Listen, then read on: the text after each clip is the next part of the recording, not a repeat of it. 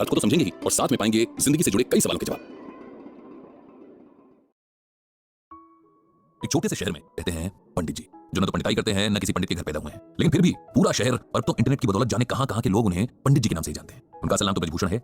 एक सरकारी ऑफिस में जिंदगी भर काम करने के बदले ठीक ठाक पेंशन लेकर रिटायर हुए हैं। घर में सिंपल सी वाइफ है, 2 बेटे हैं जो बड़े शहरों में अच्छे जॉब्स पर हैं। अब सवाल ये उठता है कि दुनिया, यहां तक कि उनकी पत्नी भी उन्हें पंडित जी क्यों कहती है। इसके पीछे एक कहानी जो कि पंडित जी, मेरा मतलब ब्रजभूषण जी के जीवन में घटी सच्ची घटना भी है।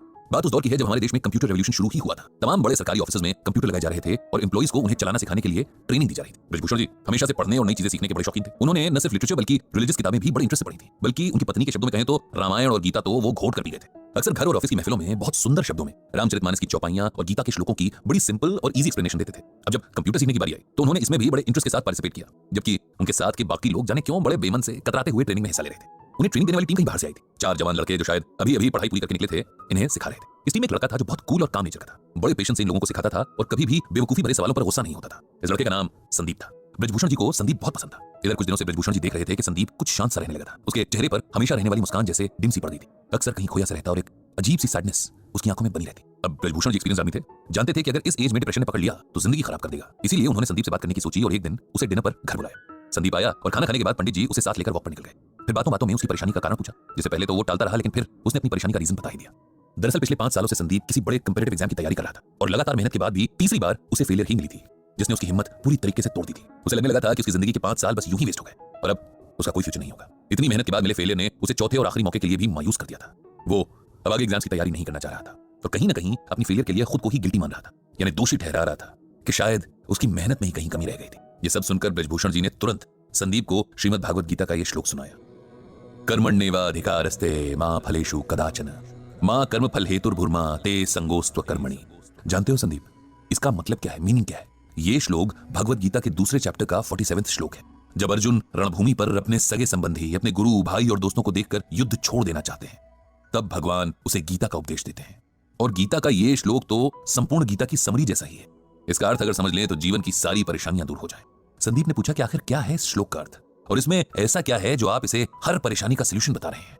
ब्रजभूषण बोले, इसका अर्थ है कि हे अर्जुन, तेरा अधिकार कर्म करने में है, उसके फल में नहीं।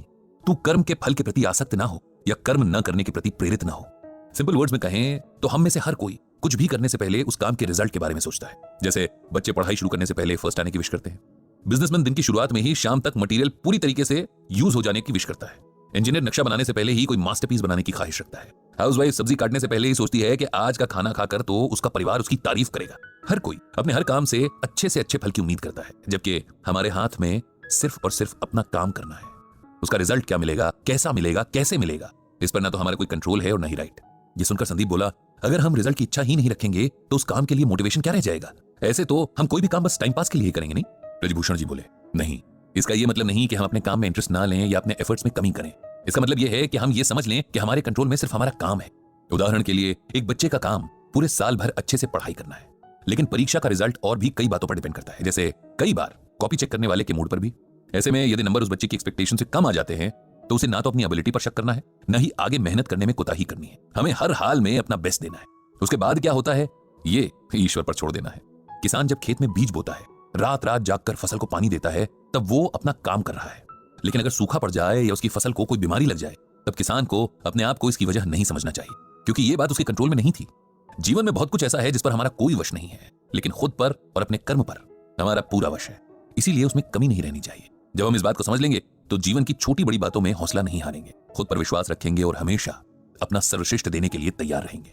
ब्रजभूषण जी की बातों ने संदीप पर जादू जैसा असर किया। उसने मन ही मन एक बार फिर पूरा जोर लगाकर परीक्षा की तैयारी करने का फैसला कर लिया था। कुछ दिन बाद जब ब्रजभूषण जी के ऑफिस में कंप्यूटर ट्रेनिंग पूरी हुई और सिखाने वाली टीम को विदा किया जा रहा था, तब संदीप ने सबको इकट्ठा किया और कहा, हम सबको हमेशा कुछ न कुछ सीखने के लिए तैयार रहना चाहिए। टीचर कहीं भी किसी भी रूप में मिल सकते हैं और हो सकता है कोई ऐसा टीचर मिल जाए जो लाइफ के लिए आपका एटीट्यूड ही बदल दे। मुझे भी यहाँ एक गुरु मिले जिन्हें जीवन का बहुत एक्सपीरियंस है और इस अनुभव को बांटना भी आता है। ये गुरु हैं ब्रजभूषण जी, जिन्हें मैं आज से पंडित जी कहकर पुकारूंगा, क्योंकि पंडित का अर्थ होता है ज्ञानी, ज्ञान देने वाला। साथ ही गुरु दक्षिणा में मैंने उनके लिए एक ब्लॉग तैयार किया है जिसका नाम रखा है गीता ज्ञान।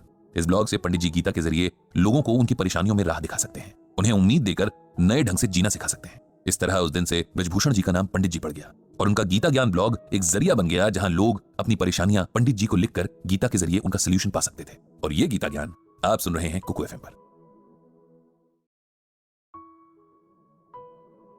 रिटायरमेंट ना, पौधों में पानी डालना वगैरह वगैरह।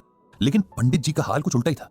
उनके पास उनका गीता ज्ञान का ब्लॉग था, जिसके जरिए उन्होंने जाने कितने लोगों से दोस्ती कर ली थी। उनकी कंप्यूटर स्क्रीन की एक छोटी सी खिड़की थी, जिससे वे सारी दुनिया को देख सकते थे, अपनी बातें कह सकते थे, दूसरों की सुन सकते थे। इस एज में अपना सीखा दूसरों को बांटने की और दूसरों से सीखने की उनकी भूख ही पंडित जी को कभी पता नहीं चलने देती थी कि अब धीरे धीरे बुढ़ापा उनकी हड्डियों पर हावी हो रहा है। जिंदगी धीरे धीरे